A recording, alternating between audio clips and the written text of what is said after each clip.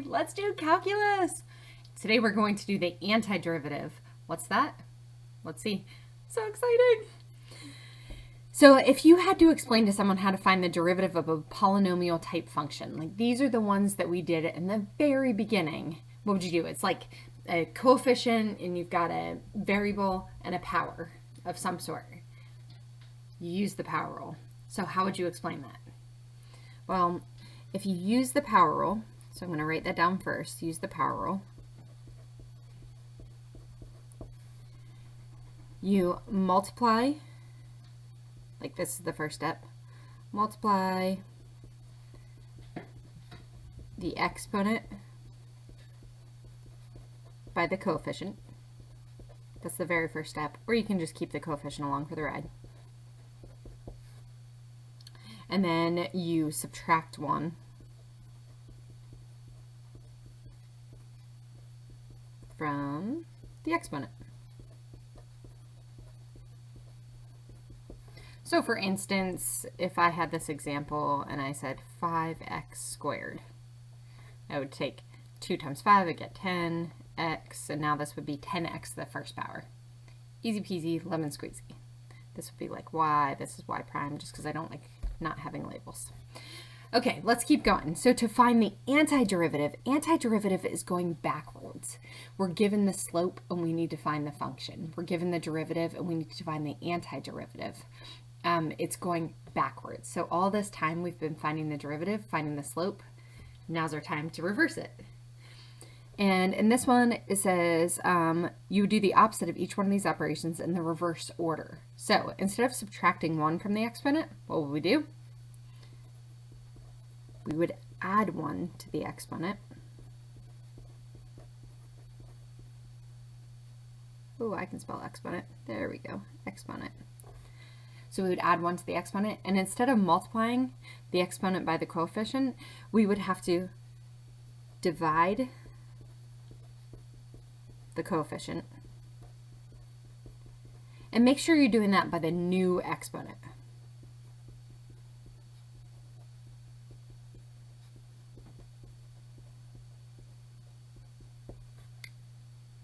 So let's go in reverse here. If I had this 10x, and I were to take this 10x, and I did exactly that. I added 1 to the exponent, so x added 1, I get 2.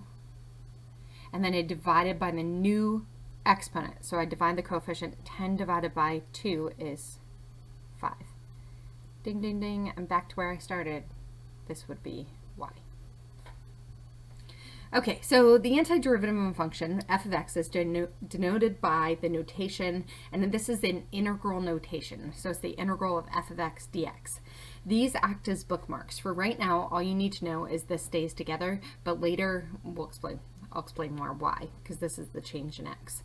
But this is the integral and d of x. This is the notation. This is how you know you take the antiderivative.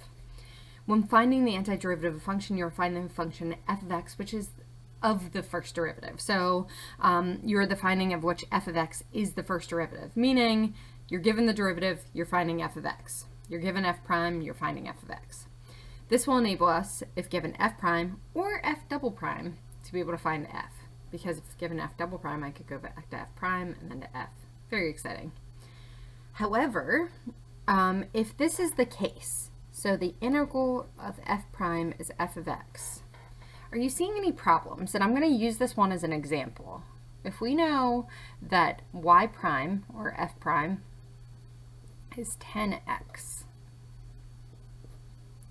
and we did that rule and we added 1 to the exponent, and we divided by a new exponent, and we got 5, and I'm like, yes, I'm feeling good. If I have a derivative of 10x, my function is definitely 5x squared. What other function could it actually be and still get a derivative of 10x? I'll give you a hint. I'm going to add or subtract a number. You pick it. What could I add or subtract and still get a derivative of 10x? 5? 50? 502? 5021? Any constant out here is going to be a problem. So if there is a constant,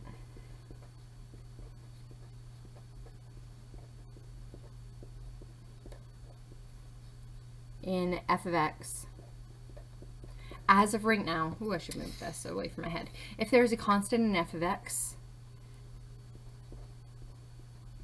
we don't know what it is.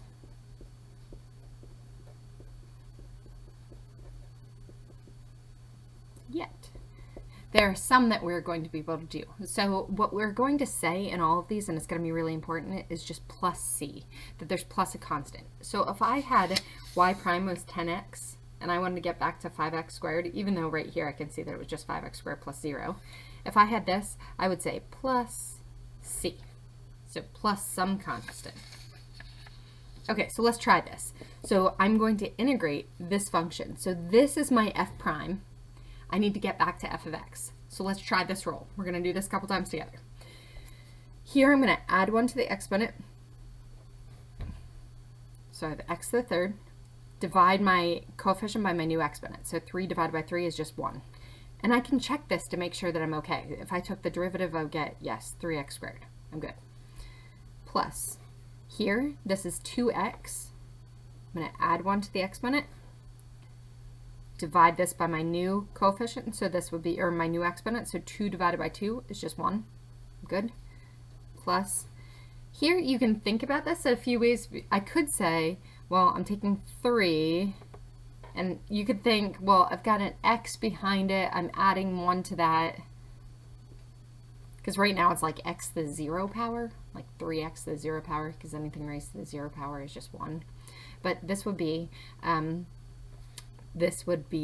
if I took 3, I'm raising x to the first power because I added 1 to the exponent if it started out at 0, dividing by my new exponent. That's a lot to think through though. You could just think, oh well, if the slope is 3, the function had to be 3x to begin with. And the last thing is that I can't forget plus c. That's it. Easy peasy. And you're like, easy peasy? I see this other business going on here. That doesn't look so easy. You can't just do this for the numerator and the denominator. The only thing we've talked about so far is polynomial type functions. So we need to make it look like a polynomial first. So in this one, I would rewrite this as the integral, and I would take x cubed divided by x. And you can write this off to the side if you want, x cubed divided by x. Subtract the exponents because I have like bases, I will just get x squared. 2x over x will just be plus 2. Negative 4 over x will be negative 4x to the negative first power. And then don't forget about the dx. So this is my f prime, and then dx. Now I'm ready to integrate. So what I do is when I add 1 to the exponent, so I'm adding 1 here, I get x cubed, divide by my new exponent, but there was no coefficient. Yeah, there was, just 1. If I take plus 2, what's the antiderivative of that? Meaning, what would the original function be? 2x. Oh no, I sense trouble. If I did this one and I added 1 to the exponent, I would get 0, and then I would take negative 4 divided by 0, and something happened. You can't do that. So then you start thinking, and you're like, okay, I added 1, I divided, but this can't happen. This is your first experience with some other rule. So let's think about this. I'm going to rewrite this over to the side. I've got negative 4, and I'm going to rewrite this as 1 over x. Does anyone remember a derivative that looks like that? I know it's been a long time since we've done this, so think about it. What has a derivative of 1 over x? The natural log.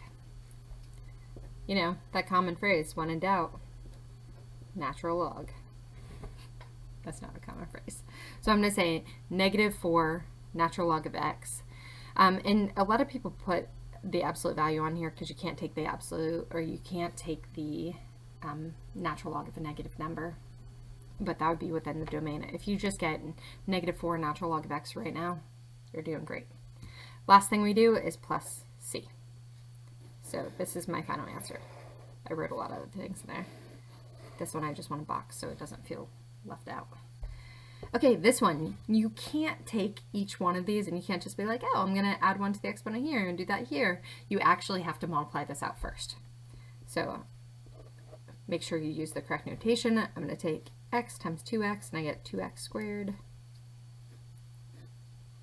minus 3x plus 4x minus 6. I could do it like that, but I don't want to. By the way, I did this. This would be 2x squared plus x minus 6. Okay, now I want you to try. Try taking the antiderivative of this. Remember, adding 1 to the exponent, dividing the coefficient by the new exponent. Okay, time to check. Did you do this? I have x cubed. This would be 2/3 x cubed plus 1/2 x squared minus 6x, and don't forget, plus some constant. This is called an indefinite integral because of this plus c. We don't know what the plus c is, so it's an indefinite integral. Okay, over here, this one looks kind of crazy, but I'm going to rewrite it in a way that you might know. So instead of writing it like this, I'm going to write 2x to the 1/2 power. And then instead of writing it like that, I'm going to rewrite it as 2x to the negative 1/2 power. Now all the same rules apply. You try it. Add 1 to the exponent, negative 1/2 plus 1. Divide by my new exponent. 2 divided by 1/2 is the same as 2 times 2. And then I would have plus c. You could change that if you wanted and write 4 square root of x plus c. That would also be the same answer. Yeah, let's do more. Okay, so we did polynomials, and now you're thinking, I hope we do trig. We are. So let's think about this. The derivative of sine was cosine. So remember this from before. The derivative of sine was cosine, and the derivative of cosine is negative sine. So let's try to go backwards from this. What do you think the derivative of cosine is? It's just sine. And no, it's not negative, because remember the derivative of sine is cosine. And then after this, I need plus c, because there could be a constant that's added even if it's a trig function. The antiderivative of sine would be what? So I'm going to integrate sine. I'm using this vocabulary over and over, and you'll eventually get used to this. But if I integrate sine of x, the antiderivative of sine of x, let's try it, is cosine of x plus c. I'm not so sure on this one. Let me check by taking the derivative. That's how I'm going to check myself, just in case I wrecked myself, so I can fix it. You know, the common phrase. The derivative of cosine is negative sine. Ah! Fixed it. Now we're good. Okay, now we're going to go in here and we're going to see, what is this? The antiderivative of 2 sine of x, I'm going to say, is 2 cosine of x. And then I'm going to check myself. What's the derivative of 2 cosine? Oh, that's negative 2 sine. That can't be it. There we go. Now I'm good. So negative 2 sine. So you could have just looked up here, but the antiderivative of 2 sine of x is negative 2 cosine of x. Plus the antiderivative of cosine of x. Well, I'm going to try this. The derivative of sine of x is cosine of x. I'm good. One more thing. Ta-da! Okay, these ones, we just kind of put our hands together. The stuff that we did on the first page and the stuff we're doing now. So, try this. How do you find the antiderivative of t squared minus sine of t? You try it. Add 1 to the exponent, divide by my new exponent. Let's try this first. The derivative of cosine of negative cosine of t would be positive sine, but this is negative. There we go. Now I tried it. Plus c. Really, really important. Remember plus c. The antiderivative of 4x squared minus 3 cosine of x. You try this one too.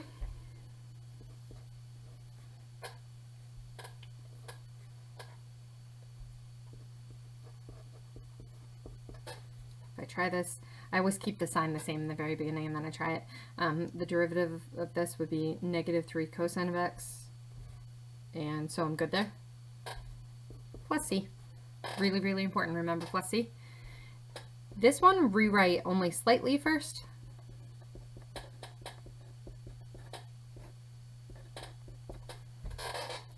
My chair is super squeaky. Okay, you try it. The antiderivative would be, we're adding 1 to 1/2, which would be 3/2, dividing by my new exponent. If I do sine of x, I would get cosine of x. If I take the derivative of cosine of x, I get negative sine. Nope. So I have to have a negative there. Plus c. Okay, that's trig. Nothing crazy. Okay, now it says use the given information about f, or f prime and f double prime to find f of x. We can do this. Okay, so if f double prime is 2, let's start there. F double prime of x is 2. So that means f prime of x, take the antiderivative, would be 2x, because the slope of 2x is 2. But don't forget about this plus c. And then you're wondering, we have to find f of x. How would we possibly do that? Do you see how here it says f prime of 2 is 5? That means this would be 5. This would be 2. And so I know, if I solve for c here, that f prime of x is actually 2x plus 1. That's nice and tricky. So let's keep going. If I know f prime of x was 2x plus 1, that means f of x would have to be, take the antiderivative here, add 1 to the exponent, divide by your new exponent. The antiderivative of any any constant would be that plus a variable, so, or times a variable. So this would be x. Don't forget about your plus c. And if I know f of 2 is 10, that means 10 is equal to 2 squared plus 2 plus c. And yes, I know these c's will be different because we're talking about different constants, and that's okay. 4 plus 2 plus c. 10 is equal to 6 plus c. 4 is equal to c. Make sure you get your c straight. F of x would be equal to x squared plus x plus 4. We did it!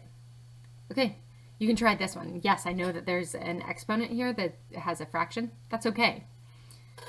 So try it. If you need to follow along, follow along. F double prime of x is x to the negative 3/2, which means f prime will be x, add 1 to the exponent, that'd be negative 1/2, because remember adding in 2 over 2. Divide by my new exponent, that's negative 2x to the negative 1/2, plus c. Even though it takes one more step of writing, I would rewrite this here as negative 2 over, this is x to the 1/2, or you can say square root of x, plus c. Only because you're going to use this, you're going to substitute in square root of 4 plus c. This would be negative 2 over 2, which would be negative 2 divided by 2 would be negative 1. Remember this was for f prime. I'm actually going to go the whole way up here because I know I need to take the antiderivative one more time. I've got f prime of x. Labeling is super important here. Now I do this again. Add 1 to the exponent. Divide by my new exponent. Negative 2 divided by 1/2 is the same thing as negative 2 times 2. And you can always check to make sure you're good on that. 1/2 times negative 4 would be negative 2. Subtract 1 would get the negative 1/2. Plus 3x plus c. I know f of 0 is 0. So I've got 0 is equal to Negative 4 times 0 to the 1/2 would be 0 plus 0. So C is just 0 on that one, which is nice, which means f of x is negative 4. You can write x to the 1/2, or you can write the square root of x, either one. And you can write plus 0, or you could just keep it like that because we know 0 is C. Yeah. Okay, a little bit more. Okay, so on this one we know that an evergreen nursery sells a certain shrub 6 years after 6 years of growth and shaping. Oh man, that was a lot of time and care put into a shrub. The growth rate during those 6 years is approximated by the differential equation. When you say differential equation, you should just be thinking, this is the derivative. dH dt is the change in h over the change in time, change in height over the change in time. So this is all good. It's saying where t is the time in years and h is the time in, or h is in centimeters. The seedlings are 12 centimeters tall when they are planted at time equals 0. That's nice. I know that the height at time 0. So I know something about this. That's going to be helpful. Find the value of the differential equation when t equals 3. Let's think through that. The value of the differential equation. That's just saying what's the derivative when t equals 3. It's saying what's dH dt when t is 3. So I'd have 1.5 times 3 plus 5. 1.5 times 3 would be 1.5 plus 1.5 is 3 plus 1.5 is 4.5 plus 5. I'm going to pause for a second, say hi to my husband, tell him I couldn't find my phone, and then I'm going to keep going with the video. Okay, 1.5 times 3 would be, let's do this again. So dH dt at time t equals 3 would be the derivative when time equals 3. 1.5 times 3 plus 5. 1.5 times 3 would be 4.5 plus 5. We get 9.5. But then it says using correct units of measure. Think about the change in height over the change in time. Height was measured in centimeters, was given in the problem. Time is measured in years. So we did that. We've got using correct units of measure. Explain what this value represents. Remember, derivative is the instantaneous rate of change. So it's a rate of change at a moment. So I'm going to say at 3 years. Super important to put the time. So at a moment, it's whenever they do it in that year, but at 3 years, the shrub, or the shrub's height, is changing at a rate of 9.5 centimeters per year. And then that's it. Okay, it says find the equation for h of t. Okay, here's the new stuff. H of t, if we know the derivative, it's going back. It's finding the antiderivative. So what would be the antiderivative of 1.5t? Well, I'd take the exponent, I'd add, or I'd take whatever the original variable is, add 1 to the exponent, divide by my new exponent. That's whatever 1.5 divided by 2 is. I'm going to keep it like that. Plus, this would be plus 5t. I wrote that weird. This should be plus. There we go. Plus 5t. Don't forget plus c. And you might be asking, how do I do that? But remember, the seedlings are 12 centimeters tall. The height is 12 when t equals 0. So I found my c. So h of t is, and I'm not even going to bother changing this. I could say that this is 3 over 4, but I'm going to just keep it as 1.5 over 2 t squared plus 5t plus 12. We did it! Okay, one more thing. I know that you're thinking, could this work for position, velocity, and acceleration? Yes. So in here, if I have, what is the acceleration of a particle when t equals 9? Okay, let's see what's given. I have velocity given to me, and it's asking about acceleration. So now you have to think, is that the derivative or the antiderivative? Derivative. We still get to do derivatives. Like, that does not go away. Calculus is a little bit limits, a lot derivatives, which really still has limits in it, and then antiderivatives. Like, we are in the home stretch here. We can do this. Okay, so I've got v of t is 1 over square root of t. I'm going to rewrite that. So v of t, I could write 1 over t to the 1/2, or I could just write t to the negative 1/2. Now it's going to be a little bit easier to find the derivative. A of t is negative 1/2 t, subtract 1, negative 1/2 minus 2 over 2 would be negative 3 over 2. If I rewrite this, in which I definitely want to, definitely if I'm going to substitute something in here, I'd rewrite it like that. The acceleration at 9 would be negative 1, 2, 9 to the 3/2 power, which would be negative 1. If I have 9, the square root of 9, this is in the denominator, this 3/2 means I can take the square root and I get 3 to the 3rd power would be 27. It would be negative 1 over 54. Sad, but we don't have units, so we can't put anything here. Okay, last one, we can do it. What is the position of the particle when t equals 9? So the particle when t equals 9, and I want position, but all I'm given is velocity. Now I do antiderivative, because remember, it's position, take the derivative, you get velocity, take the derivative, you get acceleration.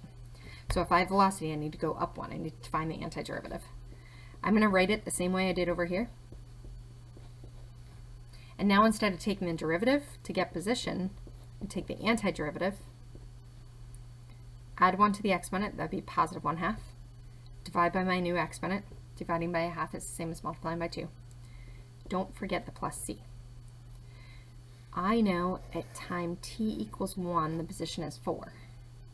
So position is 4 when t equals 1. This would be 1 to the 1/2 power, square root of 1 is just 1. Subtract 2 on both sides. So the last thing would be to rewrite this. 2 t to the 1/2 plus 2. As always, thank you for working. For real. I think you're awesome, and I'm so glad I get to teach you, even if it all looks weird right now. Okay, or at least if it's through a video. I'm still really glad I get to teach you. Thanks for being great. Bye!